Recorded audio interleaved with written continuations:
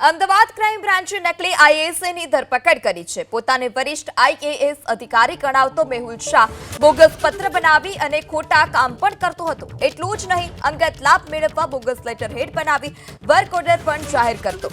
મેહુલ શાહ પોતાને department of science research and ડેવલપમેન્ટનો chairman ગણાવતો હતો। પોલીસ તપાસમાં ખુલાસો થયો કે નોકરી આપવાની લાલચ આપી આરોપી મેહુલ લોકોને લૂંટતો। અત્યાર સુધીમાં 3 લોકોએ ફરિયાદ આપી છે, જેને લઈ સુરેન્દ્રનગર સુધી તપાસ કરવામાં આવી। એટલું જ નહીં, વાંકાનેર, સુરેન્દ્રનગર અને અમદાવાદમાં આરોપી વધુ ફરતો હતો।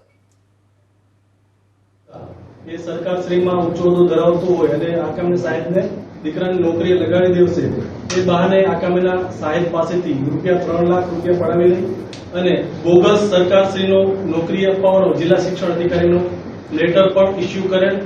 બાદમાં આકામેના સાહેબે જ્યારે વેરીફાઈ કર્યું જિલ્લા શિક્ષણ અધિકારી કચેરી ત્યારે જાણવા મળેલ કે આ જે પત્ર છે તે તદ્દન ખોટો છે અને એની સાથે ઠગાઈ તેમજ છેતરપિંડી થયેલી છે।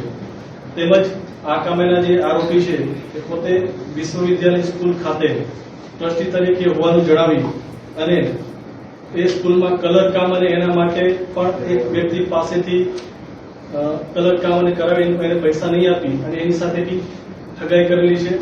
આમ તપાસ દરમિયાન જાણવા મળ્યું કે આ કામેના જે આરોપી છે તે ભારત સરકારમાં કે ગુજરાત સરકારમાં કોઈ પણ અગત્યનો હોદ્દો ધરાવતા ન હોવા છતાં ફક્ત અને ફક્ત લોકો સાથે ઠગાઈ કરવાના ઈરાદાથી આ પ્રકારે નકલી વર્ક પરમિટ તેમજ નકલી નિમણૂક પત્રો આપી લોકો સાથે લાખોની ઠગાઈ કરે છે। સાહેબ, એમની પાસે કોઈ દસ્તાવેજ પુરાવા મળ્યા હોય એવું અત્યાર સુધી કેટલા લોકો ભોગ બને છે? હાલે જે ફરિયાદ છે એ મુજબ 3 લોકોની આપણે આમાં ફરિયાદમાં સામેલ કરેલા છે, પણ લોકોને અમે અપીલ કરીએ છીએ હજી જો કોઈ બી બીજા લોકો બી હોય આમાં તો એ સામે આવે અને પોતાની ફરિયાદ આપે। આરોપી પકડાનો બેકગ્રાઉન્ડ શું છે? કેમ આઈએએસ અધિકારી બન્યો? અગાઉ કોઈ એક્ઝામ આપી હતી, ફેલ થયો છે? ફેમિલીમાં કોઈ બેકગ્રાઉન્ડ? આ કામેના જે આરોપી છે મેહુલ એ પોતે ઈસી એન્જિનિયર છે, ભણેલો છે, શિક્ષિત છે। વાંકાનેર ખાતે પોતે 2 સ્કૂલોનું ભાડેથી સંચાલન કરે છે, એક જ્યોતિ વિદ્યાલય છે અને એક કિડ્સ લેન્ડ વિદ્યાલય છે। આ 2 સ્કૂલોનું પોતે ત્યાં સંચાલન કરે છે। આરોપી પાસેથી નકલી દસ્તાવેજો શું પુરાવા મળી આવ્યા છે? આ કામે આરોપીની જોડતી કરતા એની પાસેથી ₹1 લાખ રોકડા બી મળી આવ્યા છે। તેમજ આ જે લેટર છે department of science and research development government of ઇન્ડિયાના પણ જે લેટરો છે એ 20 નકલો એની પાસેથી મળી આવ્યા છે। તેમજ આ જે નોકરી અંગેના નિમણૂકના જે નકલી પત્રો છે એવા પણ આ કામેના આરોપી પાસેથી કબજે કરેલા છે। સર, ભણેલો જે સ્કૂલો ચલાવે છે, નકલી આઈએએસ બનવાની જરૂર શા માટે પડી? કોનાથી પ્રભાવિત થયો? પોતે એક્ઝામ આપી હતી, ફેલ થયો, એનું કારણ શું? ફેલ થયો નહીં, પરંતુ પોતાના આર્થિક ફાયદા સાથે વધુ પૈસા કમાવાની લાલચ છે। મોટાભાગે લેટર કોને લખતું હતું? શિક્ષણ વિભાગમાં જ લખતો હતો? બીજા કોઈ ડિપાર્ટમેન્ટ? અલગ અલગ વિભાગના બીજા પણ લેટરો એની પાસેથી મળ્યા છે અને એની બી તપાસ ચાલુ છે। કેટલા સમયથી સક્રિય હતો? અહીંયા ખાલી અમદાવાદ પૂરતો સીમિત છે કે ગુજરાતમાં અન્ય અમદાવાદમાં છેલ્લા 9 મહિનાથી આપણે માહિતી મળેલી છે, પણ એ અગાઉ વાંકાનેરમાં બી હતો અને આજે અમુક પત્રો છે એને વાંકાનેરમાં તૈયાર કરેલા હતા, તો હજી બીજા બી ભોગ બનનાર આપણને મળે એવી શક્યતા વધારે છે। તો આગળ તપાસ કયા મુદ્દાઓ પર કરશું? આ કામે હજી આ આરોપી સાથે બીજા અન્ય કોણ વ્યક્તિઓ સંડોવાયેલા છે, આજે પત્રો એને તૈયાર કર્યા છે, એ કઈ જગ્યાએ તૈયાર કર્યા છે, કોની સૂચનાથી તૈયાર કર્યા છે, પોતે જાતે કર્યા છે કે બીજું કોઈ વ્યક્તિ બી આની સાથે ઇન્વોલ્વ છે કે કેમ, એ અલગ અલગ પાસાઓ પર આ બાબતની તપાસ કરવામાં આવે। પોતે કોઈ રાજકીય ઓળખાણ આપતો કે આરોપી પૂછવા?